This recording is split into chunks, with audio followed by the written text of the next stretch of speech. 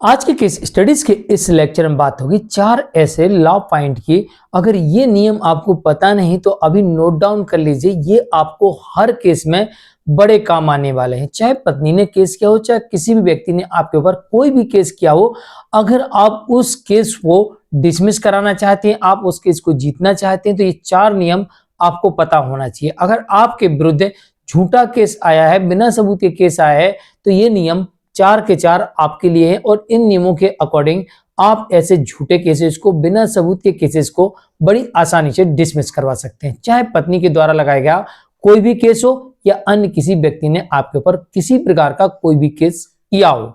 जय जिनेंद्र, मुकेश जैन। वीडियो को लाइक और शेयर कर दीजिए और इस तरह जजमेंट्स पाने के लिए दिए गए नंबर पर आप हमें संपर्क कर सकते हैं। नियम नंबर 1, कोर्ट के अंदर जब भी आप बात करें, लॉ पॉइंट बात करें, यानी कानूनी बात करें, ऐसी बात करें कि वहां पर कोर्ट ये ना कहे कि आप क्या कह रहे हो, नियम क्या कहता है। जैसे आपके ऊपर सेक्शन लगा हुआ है 406, जो कि आईपीसी का था, अब 316 वीएनएस का हो गया स्त्री धन के लिए। अब आपके ऊपर स्त्री धन का सेक्शन लगा है और इसके बारे में आपसे सवाल किया जा रहा है कि आपने स्त्री धन वापस क्यों नहीं दिया। तो आपके पास में इसका सीधा सीधा जवाब होना चाहिए कि हुजूर, या तो ये ले गई है या मेरे पास है नहीं, क्योंकि मैं शुरू से कह रहा हूं कि मेरे पास है ही नहीं, ये अपना ले गई है। तो अब वो कहेंगे कैसे नहीं आपके पास है, तो हुजूर नियम ये कहता है कि अगर इन्होंने मुझे दिया है तो सबूत दिखा दे। मैं नियम ये कहता है कि अगर इन्होंने इनसे मैंने छीना है तो किसके सामने छीना है, कब छीना है, उसका प्रूफ दिखा दे। मैं नियम ये कहता है कि अगर मेरे घर में रखा है तो आप सर्च करवा लीजिए, मिल जाए ले लीजिए। ये आपका नियम के अकॉर्डिंग आप लॉ की बात कर रहे हैं, कानून। तो कोर्ट में आप कानून की बात करें, लॉ की बात करें, इधर उधर की बात ना करें और फुल कॉन्फिडेंटल बात करें। अब सामने वाले व्यक्ति को यह साबित करना पड़ेगा कि आपने छीना था, आपको उसने दिया था, या फिर अगर सर्च जाता है तो आपके घर में मिलना चाहिए। अगर नहीं मिलेगा तो फिर स्त्री धन उसे वापस नहीं मिलेगा। नंबर 2, सवाल का जवाब ना हो। कई बार ऐसा देखा जाता है कि आपके सामने ऐसे आपके उनके एडवोकेट सवाल कर देते हैं या कोई या साहब सवाल कर देते हैं कि अब आपके पास उसका जवाब नहीं है। जैसे सवाल कर दिया कि आप उस रात कहां थे, जिस दिन ने घटना घटी। आप कह रहे हैं मैंने घटना है कि मैंने कुछ नहीं किया, तो फिर आप कहां पर थे उस वक्त।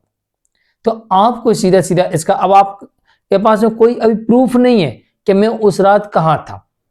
भाई मान लो मैं किसी रिश्तेदार के यहाँ सो रहा था, अब नहीं है प्रूफ, ना रिश्तेदार कोर्ट में आने गवाही देने को तैयार नहीं है, या मैं खेत में जाके सो रहा था, मैं फार्म हाउस पे जाके सो रहा था, मैं दुकान में सो रहा था, या मैं कहीं ड्राइविंग पे गया था। अब कोई मेरे पास प्रूफ नहीं है तो मैं क्या करूं। तो इसका सीधा सीधा जवाब, अब आपको जवाब ना देके सीधा इसका आप सवाल खड़ा कर सकते सामने वाले के सामने। आपसे क्या पूछा गया, आप उस रात कहां थे। आपको यह कहना है कि पहले यह बताएं कि मैं उस रात इनके साथ था क्या। पहले यह बताएं कि मैंने इनको मारा उस वक्त किसने देखा। पहले यह बताएं कि इनको किस भाग पर चोट लगी। पहले यह बताएं कि इन्हें एफआईआर क्यों नहीं की उस वक्त। पहले यह बताएं कि उस समय चीखी थी, चिल्लाई थी, तो वो एरिया कौन सा था और वहां पर कितनी दूरी पर लोग रह रहे थे। पहले यह बताएं कि अब जो चीखी चिल्लाई थी तो क्या पुलिस ने वहां आसपास के एरिया में जाके उन लोगों से इन्वेस्टिगेशन की, पूछताछ की। पहले यह बताएं कि इन्होंने अभी तक कोर्ट को और पुलिस को बार बार ये क्यों नहीं कहा कि घटना स्थल की जांच कराई जावे। इससे साफ जाहिर है कि मैं उस रात वहां नहीं था और ये मेरे ऊपर झूठा आरोप लगा रही। मैं उस रात अपने घर में सो रहा था या अपने किसी रिश्तेदार के था, फला जगह था।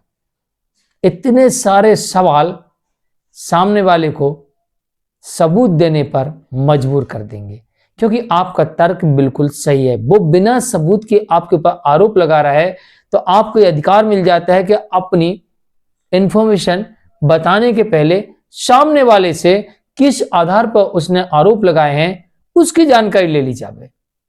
उसका पास क्या प्रमाण है, किस आधार पर। मेरे पास तर्क है, अगर मैं तुमको मार रहा था, पीट रहा था, तो तुम चिल्लाई थी तो आस पड़ोस के लोगों ने सुना होगा, क्योंकि मैं जंगल में तो रहता नहीं हूं। मेरे घर से या घटनास्थल से दूरी दूसरे लोगों की कितनी होगी, शहर के अंदर, गांव के अंदर थोड़ी दूर पे होंगे ना, या घर से घर लगे होंगे। तो फिर अभी तक आपने इन्वेस्टिगेशन के दौरान उन आस पड़ोस के लोगों के नाम क्यों नहीं लिए? क्यों नहीं आपने पुलिस से कहा कि जाइए उनसे पूछ के आइए, उनके सामने मारा था, उसने रात को झगड़ा हुआ था, मेरे को मारा पीटा था, पूरे मोहल्ले के लोगों ने सुना था, अब आसपास में 20 लोगों ने सुना था, तो एक तो गवाही दे सकता है, लेकिन आपने क्यों नहीं बोला? आपने तत्काल पुलिस क्यों नहीं बुलाई? आपने तत्काल एफआईआर क्यों नहीं की? अगर आप मेरे ऊपर आरोप लगा रहे हैं तो आपको ये साबित करना पड़ेगा कि ये घटना घटी थी, अब मैं वो घटना करने वाला हूं, मैं आरोपी हूं। आपको साबित करना है, मुझे नहीं करना। मैं तो कह दिया मैं नहीं था वहां पर, अब आप साबित करिए। तो जहां पर आपके पास में सवाल का जवाब ना हो, वहां एक नया सवाल आप खड़ा कर सकते हैं कोर्ट में। नंबर 3, सबूत। आपके पास जो भी सबूत हैं उन्हें सही वक्त पर, सही समय पर, सही तरीके से विधि पूर्वक रखें। ऐसा नहीं कि आपके पास जो सबूत हैं उन सबूतों को कोर्ट रिजेक्ट कर दे। आप गलत तरीके से रखें, गलत टाइम पे रखें, या आपने ऐसा कर दिया कि आपने सबूत सामने वाले को पहले ही दिखा दिए और उसने उस सबूतों का तोड़ निकाल लिया। तो सबूत सही वक्त पर, सही समय पर, सही तरीके से सोच समझ के रखें। सबूतों को आप जजमेंट के पहले भी रख सकते हैं, लेकिन कुछ सबूत ऐसे होते हैं कि आपको पहले भी देना पड़ते हैं, इस बात का ध्यान रखिए। और कुछ सबूत आपको कोर्ट के माध्यम से निकलवाना पड़ते हैं, तो ये काम पहले करना होता है। तो सबूतों का विशेष ध्यान रखिए। नियम नंबर 4, हमारे द्वारा कही गई हर बात कोर्ट में ऐसी लगना चाहिए कि हम बिल्कुल सत्य कह रहे हैं। सामने वाले को विवश कर दो अपनी बात पर भरोसा करने के लिए। इस तरीके से अपनी बात को रखो, इस तरीके से अपने पॉइंट को रखो, संयम पूर्वक रखो, कॉन्फिडेंटल रखो, पूरी तैयारी करके कोर्ट में जाओ और इस तरीके से अपनी बात रखो कि सामने वाला विवश हो जाए हमारी बात पर भरोसा करने के लिए। जैसे मैंने 2 एग्जाम्पल दिए अभी, एक स्त्रीधन का और एक मारपीट का। सामने वाले को विवश कर दो कि आपकी बात पर भरोसा करने के लिए विवश हो जाए। अब उसे आपको दोषी ठहराने के लिए हर हाल में आपके विरुद्ध प्रॉपर सबूत दिखाना पड़ेगा, तभी जाके आप दोषी माने जाएंगे, अन्यथा आप उस केस में बरी हो जाएंगे। तो कोई भी केस हो, चाहे पत्नी के द्वारा लगाया गया हो, चाहे अन्य व्यक्ति के द्वारा लगाया गया हो, चाहे वो मेंटेनेंस का हो, चाहे घरेलू हिंसा का हो, चाहे उत्पीड़न का मामला हो, चाहे डिवोर्स का मामला हो, चाहे दाम्पत्य पुनर्स्थापन का मामला हो, कोई भी मामला हो, किसी प्रकार का मामला हो, आप कॉन्फिडेंटल बात करें, सही तरीके से बात करें, नियम के अकॉर्डिंग बात करें, कानूनी बात करें, इधर उधर की बातें ना करें। किसी सवाल का जवाब ना हो तो कोशिश करें कि सवाल के जवाब में एक नया सवाल खड़ा कर दें, और साथ ही हमारे द्वारा कही गई बातें और तर्क ऐसी हो, पूरी तरीके से कानूनी हो, ताकि सामने वाला व्यक्ति उस पर भरोसा करने के लिए मजबूर हो जाए। तो ये 4 पॉइंट हैं किसी भी केस को जीतने के लिए। मैं हूं केस जैन, आज के लिए इतना ही। नमस्कार।